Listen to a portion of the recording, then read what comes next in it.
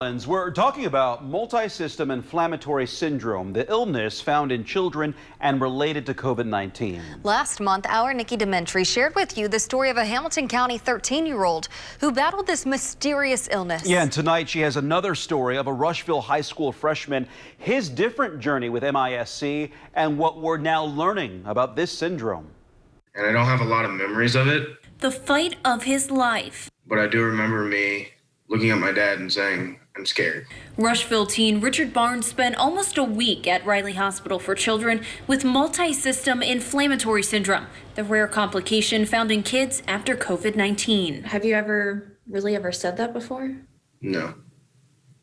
I had never been sick in my life that bad. Weeks before, COVID-19 took hold of the Barnes family during the holidays, but Richard only had mild symptoms. We knew you could get it again, but we thought, hey, we're good for 90 days. Everything's going to be great. And then Richard starts feeling bad, and here we go. Active is an understatement. Football, baseball, and basketball keep the high school freshman busy. Richard's parents say he was a healthy kid, always putting a smile on others' faces.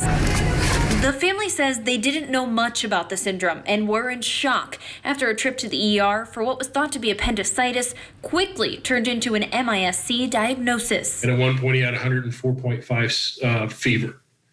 And he couldn't get up on his own, couldn't walk on his own, obviously couldn't keep anything down. I was having to help him, move.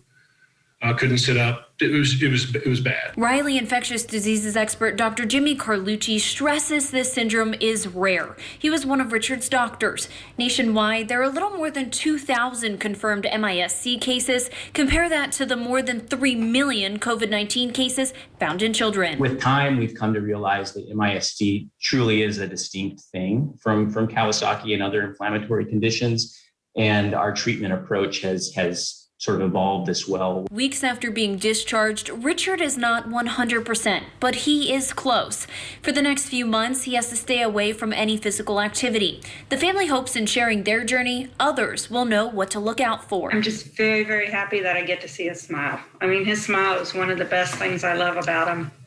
And to get to see that makes me happy. Working for you. Nikki Dementri, WRTV. Again, experts want to stress this is a rare syndrome. The peak in MIS-C cases seems to have leveled off, according to one Riley infectious diseases expert. However, it's still important to know the signs and the symptoms. So here they are. High and prolonged fevers, red eyes, rash, and GI issues are all symptoms of MIS-C. It can show in children about a month after a COVID-19 infection. But it should be noted, a child doesn't necessarily have to have shown symptoms of COVID to develop MIS-C. In this case, an antibody test is used to detect infection. Dr. Jimmy Carlucci with Riley Hospital for Children says if COVID cases rise again, he expects to see a rise in MIS-C cases a few weeks later. Do we know at this point if those variants will have an impact on MIS-C? We don't, but that's a really insightful question, actually. There is